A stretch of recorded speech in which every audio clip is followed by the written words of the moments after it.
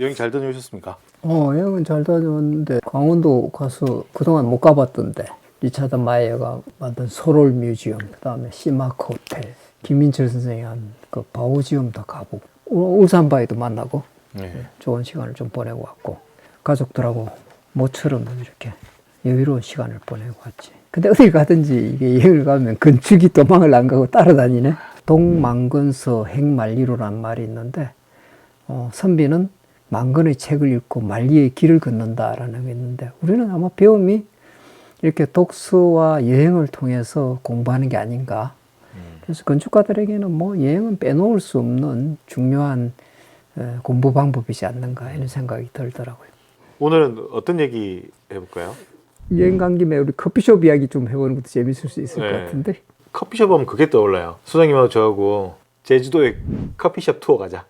그래가지고 한번 간 적이 있죠. 맞아요. 그때 엔트로사이트도 가보고 테라로 목이 엄청 많았죠. 목이 많았어요.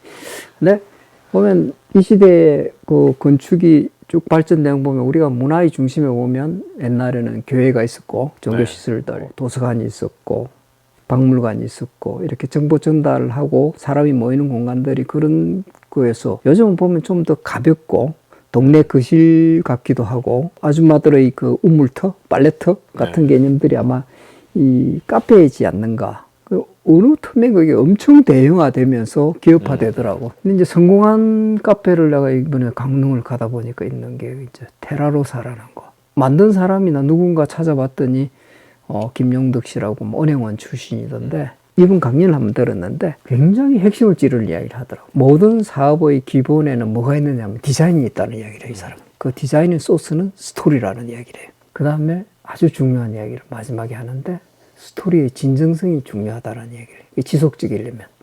실제로 이분이 만들어 놓은 커피숍은 그다지 비싼 재료를 쓰진 않거든. 뭐 점토백돌, 그 나무도 드그라스 같은 이게 결이 분명하고 러프하고 이게 약간 그 앤틱한 이런 느낌이 드는 걸로 재료를 썼으면 또 이런 것들을 보면 커피와 빵이라는 음식하고 너무 매칭이 잘 되는 거예요. 그게 아마도 그 많은 사람들을 해놓겠지 않았는가. 좀 무엇보다도 본질이 커피숍이니까 커피가 맛있어야지. 맞아요. 이게 커피의 맛에 굉장히 진심이었던 게 아닌가. 소장님의 그 커피 취향과 그 분별력은 저희가 만들어 드리지 않았습니까? 그런 것도 있지. 사실 난 커피 맛을 잘 모르지. 근데 커피와 베개를 난 늘 이야기하는데 이게 굉장히 우리가 이 삶을 살면서 3분의 1은 무의식의 세계에 살거든. 3분의 2가 의식의 세계를 살면 의식의 세계와 무의식의 세계 사이에 난 두 가지 사물이 있다라고 좀 우스갯소리로 이야기하는데 종일 피로하게 일을 하다가 잠자리에 들 때 베개에 머리를 붙이는 순간 무의식의 세계로 넘어가는 거. 아침에 깨면 왠지 비몽사몽 해롱해롱한데 커피를 마시고 나면 일상으로 돌아오는 느낌이 있더래. 그래서 아침에 난 우리 사무실에서 직원들과 같이 이렇게 커피를 갈아서 내리는 시간. 그 시간이 나는 무의식에서 의식의 세계로 돌아오는 시간이구나. 그리고 제가 여기서 5년간 커피를 볶았잖아요. 내 인생에서 아마 제일 맛있는 커피를 마셨던 시기가 그 시기였던 것 같아요. 그래, 나도 혜택이 컸지 뭐. 너 퇴근해가지고 오면서 너 커피 한 잔 더 먹는 재미. 난 일을 마치고 온 시간이니까 심리적으로 약간 편안해져 있는 시간대거든. 하루 종일의 어떤 이런 그 치열함에서 약간 벗어나서 마시는 커피는 굉장히 나한테 평화를 줬던 것 같아. 한국인들이 좋아하는 음식이 보니까 소주, 커피 두 음료의 공통점이 있더라고. 이게 두 개 다 마음의 음료고 두 개의 맛이 공통점이 씁쓸하다. 인생하고 또 닮아있지 않는가. 인생의 씁쓸함과 이 커피의 씁쓸함이 매칭이 되면서 그래서 사람들이 좋아하는 게 아닌가 이런 생각이 좀 들어요. 기본에 좋으면 좋은 거지 뭐. 뭔가 마음은 분리할 수 없는 거니까 마음에 좋으면 뭐 그게 좋은 게 아닌가. 강릉 테라로사는 저도 가보기는 했었거든요. 너무 커가지고 공간이 커피 맛을 즐길 수 있는 공간은 아니더라고요. 제가 봤을 때는. 후천적 욕망 중에서 제일 큰 게 인정욕구라는 거.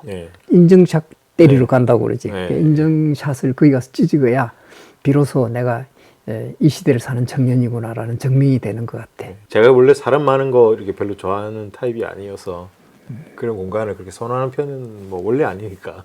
이 사각 콘크리트 큐브 안에 살던 사람에게 어떤 자유가 있겠어요. 이게 손님이 와도 맞이할 거실이 없지. 이게 밖에서 만나게 되고. 그게 이제 동네 커피숍이라는 건 어떻게 보면 동네 사람방이지. 네.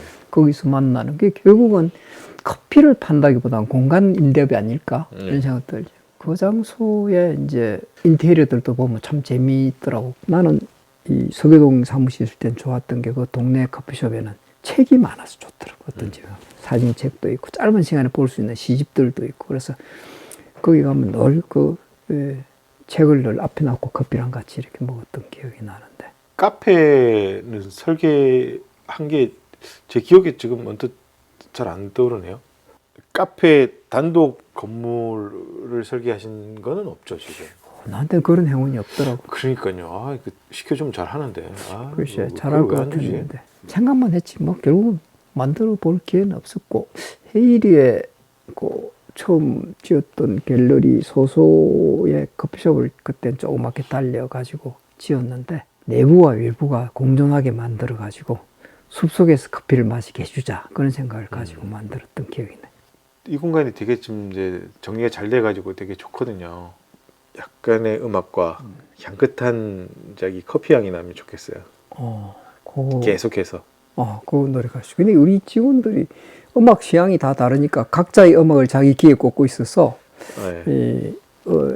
음악이 통일이 안 되네. 커피는 통일돼. 아침에 오면 우리 사무실은 커피 향을 맡을 수가 있지. 애들이 늘 아침에 오면 커피를 내리고 있으니까. 근데 커피 향을 늘 나게 하려면 어떻게 해야 되나? 하루 종일 커피를 내리면 커피숍을 차려야 되는데. 우리나라 커피 시장이 얼마나 될까? 예전에는 뭐 그 커피 믹스 시장만 해도 조단이라고 들었는데 음식이라고 생각하면 이렇게 되진 않았겠지. 이게 하나의 문화로 일단 정착된 게 아닌가라는 생각이 들지. 그럼 그 문화를 담는 공간을 어떻게 만들 것인가?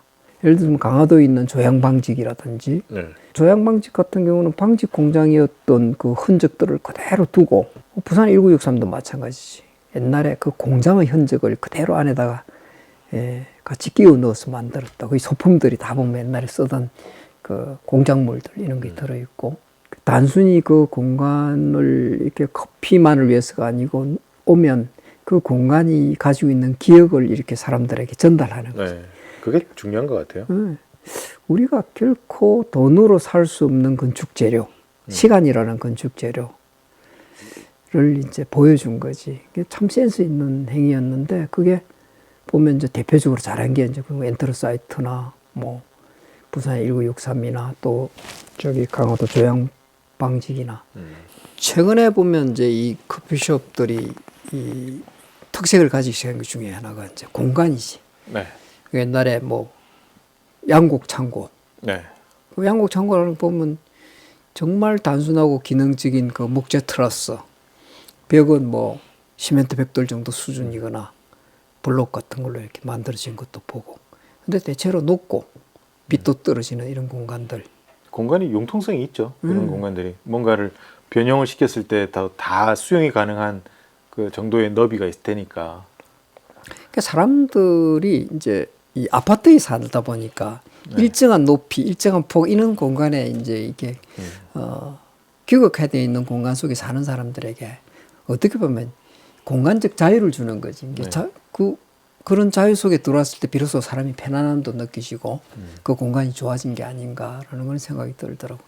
대형 카페들이 보면 층고가 굉장히 높아요. 네. 그리고 그 안에다 뭘 집어넣느냐면 그 아까 오래된 이런 그 공작물도 있지만 이 나무를 심어요. 그 물도 흐르게 만들고 자연을 안으로 끌어들이는 거지. 그런 공간 속에 있을 때 사람들은 과연 어떤 느낌일까? 여유로워지고 릴렉스 되면서 훨씬 창의적으로 인간이 바뀌지 않는가. 커피라고 하면 인스턴트 일회용 그 스틱 커피였거든요. 커피 믹스라고 불리는. 네, 커피 믹스. 그 이전 같으면 그 인스턴트 동결 건조시켜가지고 커피 하나, 포림 2개, 설탕 하나, 뭐 이런 식으로. 네. 맞아. 옛날에 그렇게 해서 타먹는 거.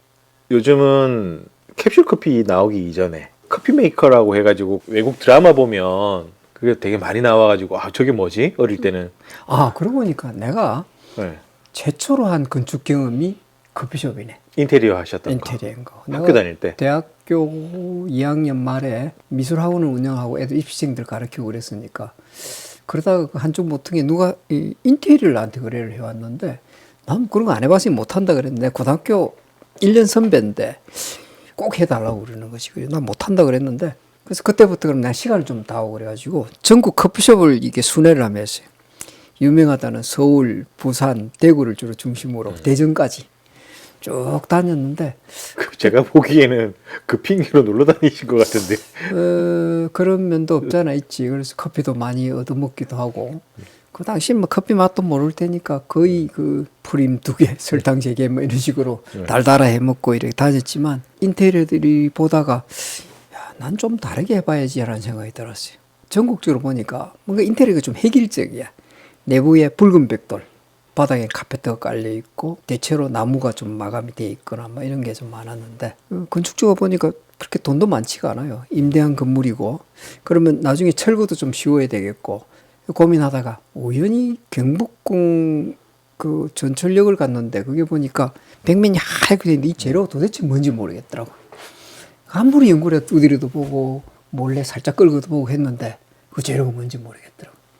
나중에 알았는데 그라시알이라는 아마 수입품이었었어요. 난 그게 뭔지 모르니까 합판에다가 자동차 도장용 퍼티를 매겨가지고 엄청나게 곱게 갈아가지고 이게 무슨 재료인지 모르게 만들어서 락카칠을 그 당시 내 기억에는 8회 정도 칠했던 것 같아요. 무광택으로. 그래가지고 매질만 정확하게 남겨주고 하얀 백색 공간을 만들었고 모든 가구를 블랙으로 만들었어요. 그래서 아주 미니멀하게 비례만 좀 잘 지킨 이런 백체를 만들었고 의외로 그 젊은 층의 반응이 너무 좋아가지고 아주 장사를 잘했어요. 그게 내가 보니까 내 첫 그 건축 경험이었네 보니까. 커피와 관련된. 네, 커피와 관련된. 커피의 그 어떤 소비 형태에 따라 가지고 공간의 인상이 계속 바뀌어 왔다라는 생각이 드네요. 병 그 인스턴트 커피를 먹던 그 시대에 그게 있던 공간과 판매하는 공간 그리고 스틱 커피를 먹던 그 공간 그러다가 테이크아웃이라는 게 있어가지고 그런 어떤 공간 그리고 그게 조금 더 이제 혼용이 되면서 캡슐 커피를 이제는 보편적으로 사무실이나 이런 데서 많이 먹잖아요. 그러면서 그 생겨나는 공간 계속해서 변화가 생기네요. 앞으로 어떻게 바뀔지 모르겠네요. 또 아까도 얘기했지만 이게 단순히 커피를 마시는 공간이 아니라 이게 어떤 공간 임대업으로서의 역할을 지금 하고 있는 거고 현대인에게 부족한 어떤 사랑방 역할을 하는 공간이기 때문에 이것이 변하는 공간이 좀 더 특화되거나 그럴 수도 있는데 단순히 커피를 마시는 공간이다를 벗어나서 그 공간을 통해서 사회의 어떤 문화적인 역할도 하고 사람들 이렇게 자꾸 만나고 이야기 나누고 이런 것들은 사람들 건강에도 좋은 일이고 그런 공간을 자꾸 만들어 나가는 거는 다른 문화시설을 만드는 거 똑같은 개념 아닌가. 나는 국가에서 돈을 들여서 미술관, 박물관, 도서관 짓는 것처럼 카페도 지을 수 있는 거지. 카페 가면 책도 있고 벽에 볼거리도 있고 정보도 교환할 수 있고 뭐 이런 건 난 좋은 것 같아. 모든 문화의 중심은 나는 먹거리가 있어야 된다고 보거든. 카페가 딱 적당하지 않는가? 도서관에 가서 떠들긴 좀 민망스럽고 그러니까 카페는 뭐 적당하게 떠들어도 되니까. 그래서 사람의 사고를 바꾸려고 그러면 세 가지를 바꾸면 된다고 그러거든. 만나는 사람을 바꾸는 거지. 사람이 바뀌면 생각이 바뀌는 거거든. 그 다음에 장소를 바꾸는 거. 그 다음에 시간의 속도를 바꾸는 거. 그 세 가지를 다 만족시켜주는 게 뭐냐면 여행이지. 여행을 가면 낯선 사람과 이렇게 조우하게 되고 낯선 장소, 낯선 시간 속으로 이렇게 스며드는 거니까 여행은 삶을 가장 다채롭게 만드는 수단인 것 같아요. 저희 카페 한번 갔다 와볼까요? 카페 가죠. 카페 얘기 나온 김에 한번 카페 카페 한번 가죠. 다녀오시죠.